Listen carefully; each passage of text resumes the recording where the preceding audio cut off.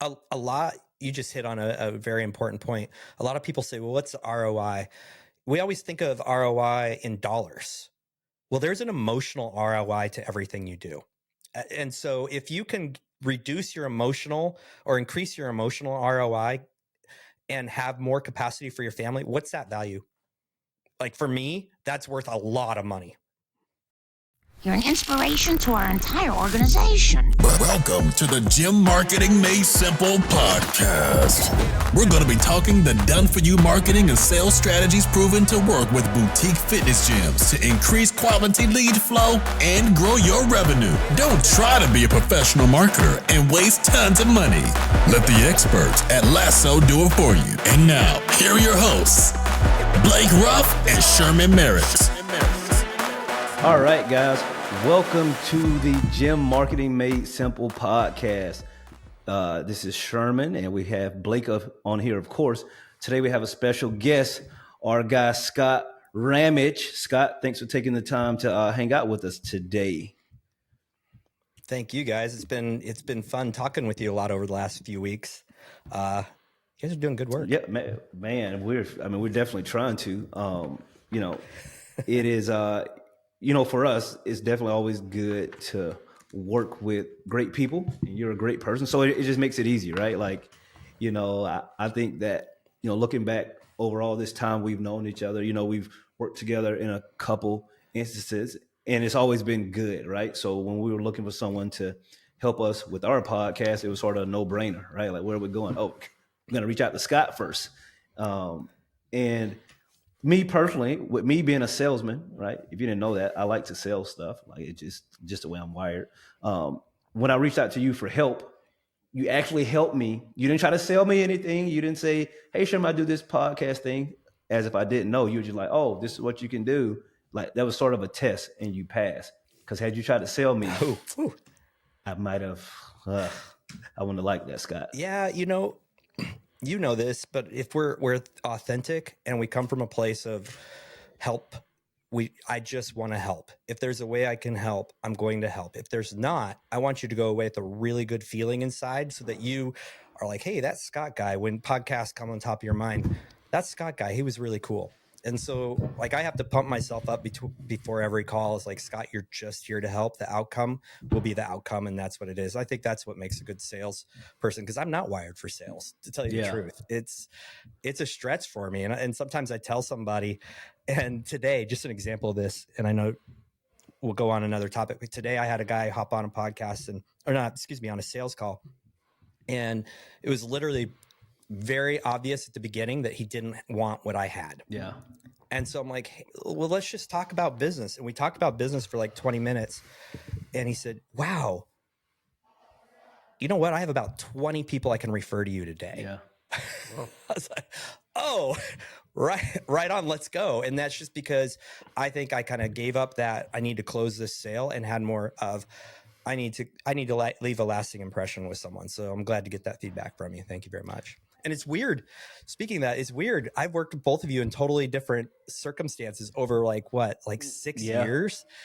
And here we are full circle back in a totally different scenario. So that's fun. No, it's great. Been watching you guys do your thing too. Yeah, no, for sure, man. I think that, again, good people know good people, right? So we all sort of, this is a small sort of fishbowl. If we're talking about the gym community that we're in, right? It's a small fishbowl. So, I think if you do the right things, no matter what someone says or tries to do to you, like, the cream always rises to the top, like Glassman says. And I think we've been in this space for a long time, in this gym space. So, I'm excited to chat with you today. So, one of the first things I want to talk about, because I'm addicted to it, this is sort of off topic.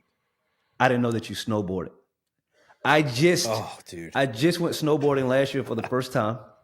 And you can imagine, I was there for like 5 days. So 4 days were absolutely brutal. I got killed. But on day 5, though, Scott, something clicked. And now I'm a snowboarder. Like, I am you can't tell me anything. I'm a snowboarder.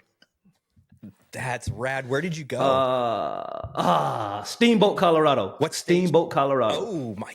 Whoa, you started right.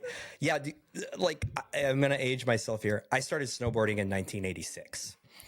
And sixth grade. So yes, I'm 50 years old, everybody, but sixth grade, I stepped foot on a board. It was very, very early in the sport, and I have been it just came natural to me. It was kind of always a board sport guy, so it came natural to me. And a few years ago, I jumped back on the snow. And I jumped on the snowboard, and I was teaching my sons. I'm like, this is so fun. It's so easy. And they had a blast. So the next day I'm going to try skiing. Never had tried skiing. And I started hitting the mountain in 86 and never tried it. Rented a pair of skis, and it was a blast. It was crazy. But it was so much easier to learn. Yeah. So much easier to learn. Maybe it's because I knew how to snowboard already, but man, I'm pumped to hear you're doing that. That's so awesome. Here's the thing now, because there's a whole culture to this snowboard and skiing thing, right? So everyone told me, hey, whatever you learn how to do first, that's probably what you're going to stick with, especially at your age. I'm 40. They were like, you're not going to be jumping back and forth. So I was like, well, strictly off of aesthetics, I'm snowboarding. I want to be on a board. I don't want to be on a freaking skis. So everyone was like, hey, but listen, snowboarding is very, very difficult to learn, but easier to master. Skiing is easier to learn, but very difficult to master. So that makes sense that you're saying like, oh yeah, I got up on the skis. It wasn't that bad, because like getting up and skiing is not that hard, but to become a great skier, you got to spend a ton of time on it. And so for me, finally getting up on the board last year, like I said, yes, I got beat like a baby seal for 4 days, but by day 5, oh my God, you couldn't tell me I wasn't the black Shaun White out there. You couldn't tell me that. Like, you couldn't tell me that. That's rad. I love it, man. And it is so brutal. Like, you just fall flat on your face. Like, and it's not just a fall, it's when you catch your edge, and it almost is like you're attached to a resistance band, but it's pulling on you, and you just smack right into the ground. Listen, I've competed in CrossFit regionals, the games, all that stuff. Learning to snowboard was the hardest thing I've done. I played college basketball. The hardest thing I've done physically was those 4 days learning how to snowboard, by far.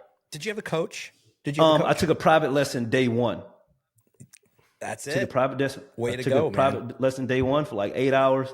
I was beat that day. I was thinking like, oh, but like I knew at the end of that day, I was like, oh, I'm going to get beat up for the rest of this time, because that private lesson definitely helped, gave me a ton of confidence, but obviously you're not proficient in, but isn't that a great testament into everything? Because I bet if you hadn't have taken that private lesson for that first day 5, you would have still been like, I hate this sport. It just beat me up the whole time. I'm already talking about this year when I go back. I'm going to take a refresher. I'm going to take a private lesson again, even though I don't necessarily quote unquote need it, but I want to be better and I want to get better at the sport. So I'm going to take a private lesson, and then hopefully we need coaches in everything. Hopefully I don't get everything we do the same way for 4 days again. But yeah, let's jump into it. All right, Scott. So listen, here's the big thing. I know that, over the course of time, the last few years specifically, you were big into sort of the VA thing, right? Personally, I had never really heard of VAs, really, right? Like, it was, okay, what is this? Oh, someone works for me. They'll do whatever, and how does it work? So I sort of stayed in the background, and then it starts coming up more and more, and I started researching, then figure out more guys that are closer to me starting to do it. So how'd you sort of get into that space just in the first place? Podcasting. Straight up podcasting. Josh Price and I started the Brotherhood of Fatherhood podcast, and I was doing all the editing. I'm like, this sucks. I don't want to do this stuff. I love the podcasting part of it, but I hate the doing the editing and the posting. And I had done it all for a few episodes, and then I paid somebody, and then I read up about VAs. Here's the funny thing. I was so busy because I was working for Level Method at the time, and I was the guy that just kept working and doing more and more and more and more. So my job just kept getting bigger and bigger, and that was my fault. And Nathan Holliday's the part owner of that, and he got on the phone with me one day. He's like, Scott, you need a VA. I'm like, okay. He's like, but you'll never succeed with it. You'll never have success with a VA. And I was like, what the hell, dude? So really, thinking back on how Nathan Holliday operates, if you know him, that was a challenge without telling me, I dare you to. Basically, he was giving me a a way, a cheat. And so I went down a wormhole, learned how to hire. And I think with my teaching background, as well as my psychology background, like hiring is like natural for me, and teaching and onboarding people is natural for me. So I hired my first VA and had her start editing my podcast. Told her all the stuff that I did. She started taking on, started doing better. Then I started handing her some of my tasks for Level Method. Like, I have to pull this report up every Tuesday. I don't want to do this anymore. Here you go. Boom. Started developing SOPs. 3 months, 3 full-time VAs. Like I found the hack, and that's and I was actually running this mastermind for Level Method. And I kept talking to everybody, all these business owners, these gym owners. I'm like, hey, you got to get a VA. And they're like me, like, man, I've heard about that. Everybody says it sucks. And I'm like, well, it's working really well for me. And finally kind of clicked. And that's where all of this started. But it was podcasting got it. Okay, good. So now here's the thing. I want to start because I think you jogged my memory. Did you and I meet in Sweden? Man, I think I actually met you in Chicago at a Two Brain conference early on. Okay. Maybe. Okay. Maybe. Were you at the one at Brian Alexander's gym? Yeah. So really kind of just like a brush over meeting, but then we were also in Sweden together. Because that's why I really remember you from Sweden. And then those Two Brain days I was super busy trying to do speeches and all that. So yeah, like you said, probably a brush over meeting. Yeah. But I remember in Sweden, it was a little bit slower, and that's what I met you with. That's right. Your wife was with you. That was rad. I remember that. Yeah. You guys were living it up on that trip. You're doing all the cool stuff. We were. But yeah, man. Okay, so you got into it through podcasting. Now, how? Like, because we're talking to primarily gym owners. How big or how small can the task be that someone can hire folks to work for them for? Because I don't think people really know. I still don't think most people really understand how to utilize a VA properly. So obviously my entire business functions around VAs, and my newest business venture is called HIREVP, and VP actually stands for virtual professional. I still have what started as VAs for gyms. We still have that service, and we have their podcasting thing. And now we have HIREVP. It can go so crazy. So I'll tell a quick story, and then I'll kind of share some examples. I hired a high-level executive assistant. What does that mean? It means someone that has a lot of experience, is very integrator orientated. So I actually do assessments, find out where they're at on the integrator score. We do some other things like working genius assessment. I don't know if you're familiar with that. We use Colby. Worked with Brian. I'm about to say shout out to my man Brian Alexander, because yeah. No, that's been a game changer, and I can explain that. Guys, like seriously, if you need anything to do with hiring people, talk to Brian Alexander. It changed the game for us. So I hired an executive assistant and literally had her shadow me for 3 months straight. She came on every Zoom meeting, every sales meeting. She looked at every one of my emails that came in and how I replied. I taught her everything. I had her create all the SOPs for everything I was doing. And then 3 months later, it was like, or kind of, this loose calendar. She's like, can I start taking over that email right there? When it comes in, a client wants X, Y, and Z. I'm like, sure, send me what your response would be. She'd send it to me. I'm like, I dialed. In fact, it's better than I could write it. She started taking all those. Then the next email, then handling my calendar, then rescheduling things for me. And then me just screenshotting conversations and her adding them to the CRM and setting up the CRM. Right now, I tell you guys this because I heard, I don't know if it's you, Sherman, or somebody talk about this in Chicago one year about passing the bus test. But I remember someone was standing like, if a bus hit you today, could your business run? And I literally have one gal who I hired as an executive assistant who literally can operate my business and keep income, the recurring income going, and the customer service at the utmost level, and all of the staff or all my VAs, which were like 80 something right now, like dialed in. She could keep everything running except for the sales part. That's it. But she could do all of the recordings of me selling, find somebody and hire them to do it. And literally I could die today and my family would still get money from this business. So that's just a so she can run my operations basically. And as soon as she got too full, too busy, I'm like, okay, what are the things you hate to do? Make sure the SOPs are dialed. She's like, I got it. Okay, what are the things you hate to do? We developed a job description out of it. We hired specifically for that role. Boom. Now she's running that person because she knows how to do it. Now she's got 4 people underneath her. I took a week off last week. I checked my email, or I checked my message from her every day. That's what I did for work. We gained 2 clients last week and increased revenue. And I was on vacation the whole week up in Montana. So that's just a picture of what a VA can do. But we hire like engineers for engineering firms. We hire content creators, content strategists, blog writers, SEO writers, or SEO professionals, funnel builders. It's crazy what we hire now. And that's why we're called virtual professionals, HIREVP. So the VP is for professional. So really, quite honestly, the sky's the limit. The only thing they can't do is something on at your feet, right? Like on your turf. So customer service. And here's the thing that people are like, oh, they're far away, they won't understand my culture. That's BS.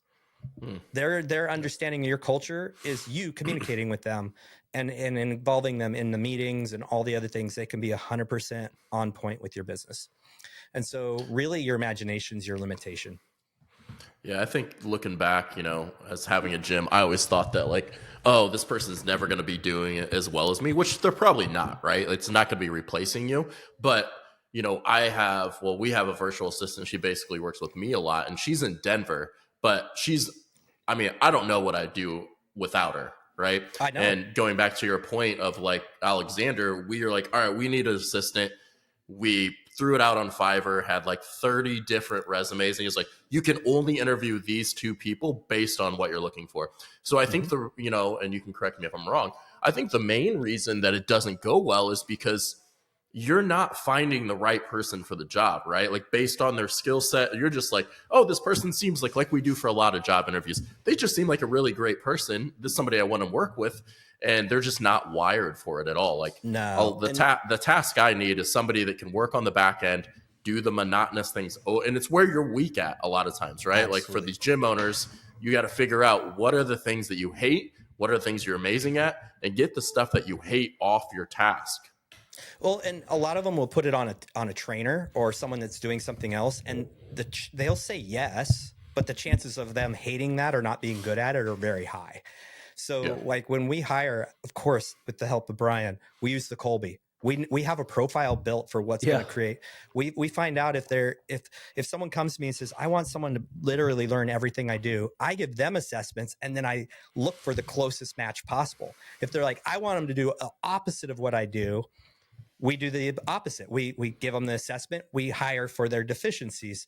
And so what Brian did is he took this loose science that we were using and helped me dial it in. So we're using that very high level science to make sure that this match is right. I think it's crazy. I watch people hire the wrong people all the time. And that's basically what we've become. We're a staffing agency and like a hiring consultant. I mean, it's literally what we are. And I think that's one of the biggest mistakes, Blake, is people just, I like this guy. He can do this. And I get along with him. Right. And so, knowing most of the people listen to this are like gym owners, right? So give an example or some examples, what are some of the main things? Because it might be something that like they're listening to this and they're like, I didn't even know that's a possibility that somebody could do that for me. Right. Like, so what are some of the main roles that not like a VA could do for the gym owner to make their life honestly just easier? Yeah, the gym owner, it's an interesting one. Obviously, we had VAs for gyms, so we did a ton of it. One, we did a lot of podcasting, and I can talk to you why that worked for people and like why it doesn't work for some people. The other things that we did, a lot of the admin tasks, like pulling up your client reports. When's their birthday? Send out cards on their birthday, on their anniversary, on their gym anniversary, all the things. Also notifying you of who's not been paid, because sometimes your CRM doesn't bring that up and you've got to go find it. Collections, cancellations, anything that pulls energy from you. There was several clients. I'm like, hey, how do you feel about when you get that cancellation email? And they're like, oh my God, shoot me now. It takes me down into the dump. right? Well, okay, it's inevitable. It's going to keep happening. Why are you the one dealing with it? Well, because, I know the person. All right, well, what if you developed an SOP where there was a series of decisions that were made based on if then this, right? And if we created that, then we could get information from you. There could be emails and structures in place for, hey, I understand that you're having some financial hardships right now. We'd love keeping you in the gym. Would this for this amount of time help? Like a decision tree where someone can actually do that. And here's the thing, is you're removing the emotion from it. And sometimes when we respond emotionally to, this is just one example, by the way, but when we respond emotionally to an email, we'll totally miss the point that the client was trying to say, or the member's trying to say. Or like, we'll take it personal, or we'll do something really stupid because it's so emotional. So there's reporting, there's customer journey. Just even ask your staff, what do you hate about your job? Maybe you have a front office gal and she's like, well, gosh, if I didn't have to do all these reports or do the payroll or the bookkeeping, which are all things that can be done, I could pay more attention to people walking in and they would feel more valued. I wouldn't be distracted. Think about the ROI of giving the people that are in there the freedom to do what they are absolute best at that no one else can do. And then everything else offload. And that's where the real magic happens. We have some incredible businesses. You guys, Mark Fisher, I'll drop his name. He has an incredible gym. His whole gym has access to, or his whole staff has access to our service.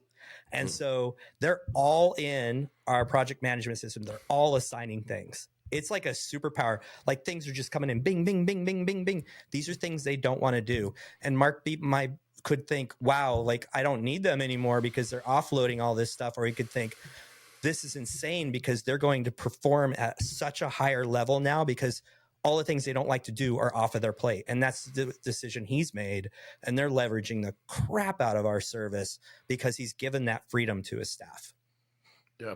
I think one thing you said, because I remember it was the first thing I offloaded. It wasn't to a VA, but it was a staff member, is the cancellations. And it wasn't because I hated it. It was the emotional capacity it took away from me and the energy, right? It's like, oh man, why is this person quit? And a lot of stuff is just nothing you could control, but it weighed on me in every other area. So I think one thing for the people listening is like, hey, it may not be something you hate doing, but it's something that just absolutely drains the life out of you. And it takes you away from doing the superpowers that are actually going to grow your gym or your business.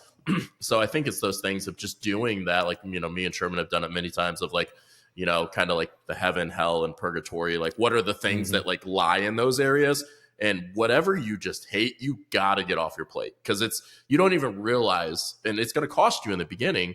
But after a while, you realize how it propels your business going forward and the growth because you're actually doing stuff in the lane that you actually enjoy. And that, not even the monetary value of just like how you're probably more present at home with your kids and all of that stuff, how you're just not in a bad mood all the time because you had to read a cancellation email. A lot, you just hit on a very important point. A lot of people say, well, what's the ROI?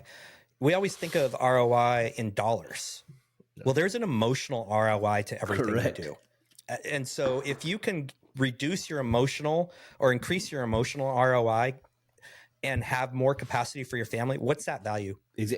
Like for me, that's worth a lot of Scott, money. one of the wealthiest guys that I know, he was talking about selling a business or something. And one of the businesses that he owned, I was like, why are you selling it? Is it not making money? He was like, oh, it's making plenty of money. He was like, but the emotional bank account is being drained way too much. Now he told me this year, the first time I heard, I was like, bro, what do you mean emotional bank account? Give me the money, I'll deal with it. But then now being older, more mature, I realized that the emotional piece is up there with the money piece. Like we get you got to make money and all of that, but like it is definitely an important thing that I think a lot of folks just look over and say, oh, just part of it. I just have to sort of put my head down and suffer through, which you do have to do that for a little while. Like I'm not saying that, but that's not a long-term plan forever, Right. And that is such an important point and so missed. And so that's why, like for me personally in my businesses, everything has a standardized operating procedure. Everything. Because as soon as it starts to pull my energy, because I just record myself doing it, send a team, they create an SOP, right? As soon as it starts draining my energy, the first thing I ask is, why actually am I doing this? And do I need to be doing this? If the answer is, you know, if it makes sense to keep doing, I will. But if there's an emotional drain or a time drain, I'm passing that on. And to speak to something you said earlier, Blake, is I think I'm the best at everything until someone else takes it over, and they're not trying to skip from thing to thing to thing to thing. I don't know how many times, I can't even count how many times my VAs have come back and said, hey, Scott, this is how you taught us. I did a little research. We'd probably save about 15 minutes per project or $40 a month on this service if we changed it to this. Is that okay? Yeah. Like, because we're just trying to hammer things out as business owners, you know, gym owners, marketing owners like you guys. Like, we're just trying to hammer things out. We're trying to get stuff done. We're trying to just be productive. And sometimes we are killing our own productivity by doing it ourselves. And we also are killing the product level that we could actually be doing by doing it ourselves. We just don't know it because, you know, I had to create this business by doing everything myself. No doubt. When I first started hiring, I had to figure out the hiring process. I had to fail. I had to repeat, and I'm still training my staff on this. But they bring new things to me every week. Hey, we found out if we do a TikTok, we can bring in all these new recruits. I'm like, oh wow, like I would have never thought of that. So your team can actually, the right team with the right bandwidth, the right mindset, the right processes can actually bring much better processes or improve the processes you already have in line. Yeah. I think, so we were just talking about this before we got on, but, you know, and I'm honestly actually really curious about this. So what would, you know, say a gym owner, like they're crushing it on social, right? They're doing great on the basic stuff already. And I wouldn't call it basic. I mean, a lot of gyms still aren't posting daily and putting stories up and understanding social media. But, you know, especially when it comes to podcasting, since we're doing this podcast, what would, you know, say you're in a small market, big market, who should be doing a podcast? Is it just on, like, because when I honestly think of it, I think of, you know, the big names, I won't go into like a lot of those names, but like the CrossFit Games athletes that now have an online platform, right? Like those guys, it would be good for them. But, you know, what you said is like, oh, it could be different. So allude us a little bit and give us some info on that, because I'm generally honestly curious. That's an awesome question. And so we have to take a step back. Why should a business owner in a town or gym owner who is looking for another 10 members, right? It's not like they're reaching out to the world. This is a local business. Now, if it's nationwide, it's obvious. You're expanding your audience. But if you're local, I need you to think on a bigger level. And so think about the circle of influences in your town. So you take your ideal client. Who's my ideal client? Oh, it's Mary. She's amazing. She's a mom of 3. Her husband makes $250,000 a year. He's an orthopod. She's a stay-at-home mom, but used to be a professional. Okay. And so you're like, okay, where does she hang out? What is she doing? Well, her husband's an orthopod. Okay. What if I reached into his and her circle? Would I get more of her? Heck yeah. Not everybody's good at networking. You have a bunch of members in your gym who love you. They just don't have the skill to tell people about it, or they don't do it right. And you're not tapping into their market. So let's say that Mary there. So you kind of think, okay, her husband. There's multiple ways that you can leverage her husband, especially in the social media world. And so number one is you can bring him on and interview him about what he does. Now you've broken into his circle. Okay. You've broken into his circle because like, hey, my wife loves them. You know, I've never been there, but they care about what I do. And someone's like in knee rehab and he's, oh, you should go to this gym because people are going to talk about exercising. Boom. You already are reaching into his world, his network. It's not your ideal client. Maybe, you know, it's a client of his, but you get him on the podcast. One, you've lifted him up. I appreciate you. I'm going to put you on as an expert. And he's talking. And so now you're on top of mind for him. That's job number one. Awesome. Number two, create content around it. First, put him out on the podcast, give him the resources, help him share it so that he's sharing it. Now you're reaching out into his world. And then you put it on socials, you tag him. And now everybody who is connected to him on socials, you're reaching out into his network. Guess what now? You've not just reached one ortho doctor. You've reached all his ortho friends who have the same wives as he does. And so now you're reaching, so you're tapping into someone's circle. It goes, say it's soccer moms. Okay. Get a soccer mom on there. Talk to her about the results, where she was, where she's at, where she's going, what she can do now, what you've done for her. Ask her these basic questions, have a very authentic conversation, just free flowing. She's going to be so pumped that she was on a podcast. She's going to share it with all her friends who are all like her. They probably have similar incomes to her and she pays every month. That's who you want. So understanding the ROI on a podcast like that is really hard to actually measure because you don't know. It's just like doing social media consistently on your page. Facebook page, if you're not marketing, you guys know this. If you're not marketing, Facebook pages are almost useless. They're just no one looks at them. What do they do if you first you should do marketing, but if you're doing marketing or you're not, if someone hears about your gym, they're going to go look at the places where they know to look. Facebook, Instagram is one of them. Do they have a presence? Are you posting professional looking things? Well, talking to your clients about their wins, damn, that's pretty freaking professional. And if you, especially if you're highlighting the painful moments and how you're solving those, you're making a connection with that audience. And you're putting it out on social media, you're tagging them, you're reaching into the circles. And this is just scratching the surface of what podcasts can do for you. It's all about reaching into that client list that you really want. Sorry, Sherman, I want to ask this question because I was just thinking about this. So I follow this lady in my local area that posts stuff to do with kids every weekend, right? And I saw her at, actually you're with me, Sherman. I pointed her out when we were at breakfast. Massive following, right? And she just created an apparel line. So I guess my question is, and she found her niche of just hey, this is what to do every weekend. Would you, now this is interesting, would you even make, if you're a local gym owner, would you even make it fitness based, or would you be keeping up in Westfield, right? And then you just have people 100%. Come in and then you're this is the business owner. And so all you're doing is talking about what's going on in your area that makes it relative to the area, pulling in business owners, people that are doing different things. And then you plug your gym oh, by the way, this keeping up with Westfield, this is Blake, I own X, right? But today we have on, so they know where you're coming from. So it's nothing really about fitness as much. It's more just connecting with people they're basically doing the advertising for you. It's next level. You just tapped into the next level of this because everybody wants to talk about their gym, but who's going to go listen? When you're talking about listenership, who's going to go listen to a gym podcast? Only your gym members or your guests, right? They're going to listen to themselves. They're going to share it. Maybe someone will listen to it and hear it. What you just tapped into is mega gold because if you're doing the businesses, you're interviewing local businesses. Well, now you're their hero. Yeah, they're pumped. You just put them up on a pedestal. When someone comes into their business or talking to them and saying, oh, I need to get in shape. Oh, you should talk to Blake.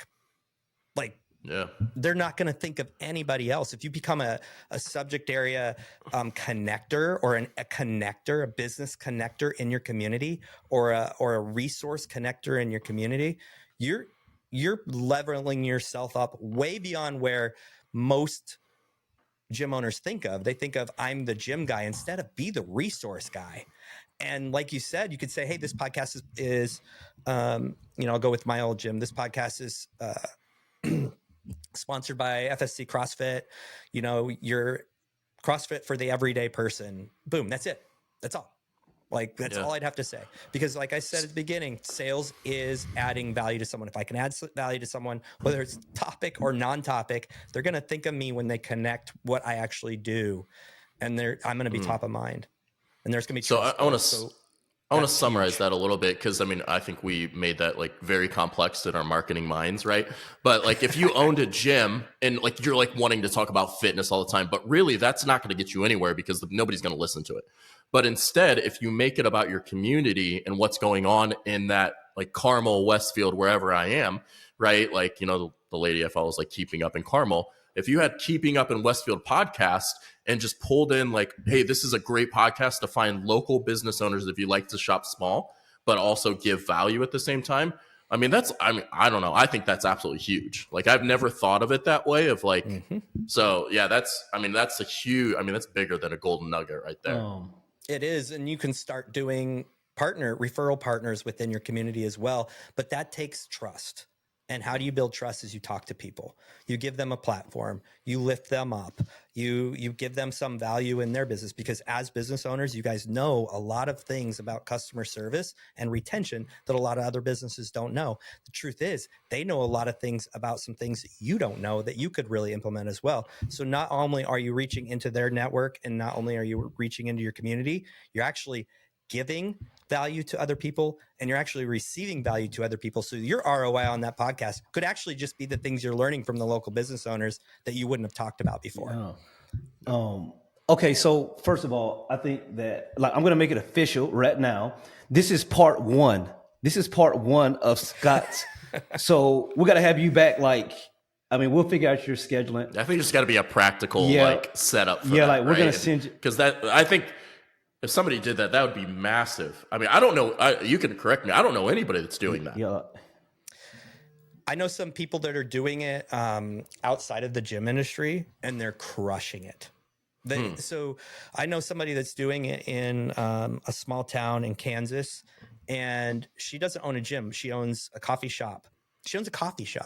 But she's doing this, and she's now got all of these opportunities to coach, because people are hearing how she talks about business, because she's talking about business. And then they see her as this person.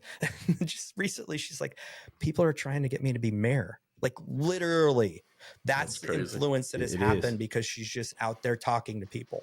And imagine that exposure. Even if you don't want to be mayor or city council person, but people are saying, this person needs to do this. All eyes on you. Yeah. Now you have the attention. No, this is crazy, because you're going to help me do one for my town, because I'm going to do it. But listen, here's the thing. This is part one.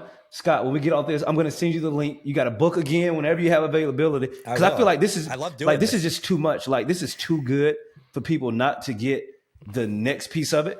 And for you, all of our listeners, well, nobody's ever talked about it before. Nobody's ever said anything like this before. For our listeners, you guys have to make sure you tune in to Scott's next episode.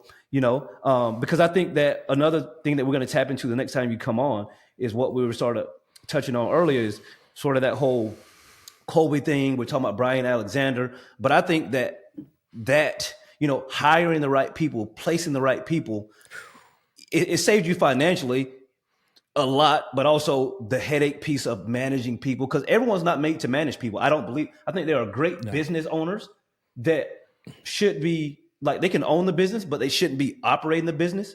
And I think a lot of people don't understand that, hey, just because you started something and own it doesn't mean you have to necessarily operate it in the way that you think of operations, because you're a horrible operator. You're not wired to operate. Oh, dude, I have so much to talk about this, as you can imagine. Yeah. And also the fact that we change over time. I used to value myself as the guy who did everything himself. And I've changed my own vision of who I am and what I actually bring to the table. It's not actually being the guy that gets it all done. It's actually the guy who knows how to leverage other people to get things done. And I've found like new purpose, new ways to grow even bigger. So that'll be really exciting to talk about. Good. So guys, we're going to get out of here. We're not going to keep you any longer, but remember, tell a friend to tune in. And Scott, again, man, thank you. Seriously, we're going to have you on sooner than later. You're going to be our first repeat guest, because I think people really need to hear this. I would love it. All right, great. I'd love it. And hey, everybody, by the way, before we end up, subscribe and give them a rating. It is so huge. Subscribe and give these guys a rating. They're doing an amazing job, and that's what I would ask them. Look at that. Scott's looking out. Scott's looking out for us. He's teaching us. We're podcast rookie. He's looking out for us. But I know how to do this, Scott. What if someone wants to get in contact with you because they need some help with all of this? How do they get in contact with you? Yeah, I'm a social media dork. So, we always message through Facebook Messenger. I'm on Facebook like all the time. So Scott Rammage, Rammage. Also Scott at mediamachine.info. If you think of that, we built a machine, does media stuff. So Scott at mediamachine.info. But man, just hit me up on Facebook. All right, perfect. All right then, Scott. Thanks, bro. We appreciate it, man. Everyone, thanks for tuning in, and we will see you guys next week. Yeah. Thank you for listening to the Gym Marketing Made Simple podcast with Blake Ruff and Sherman Merricks. We hope you enjoyed. We believe marketing should increase revenue and not waste money. So book your free call today. Head on over to lassoframework.com. That's LASSOFRAMEWORK.com and find the right words, get more customers, and increase your revenue. We'll see you here next time.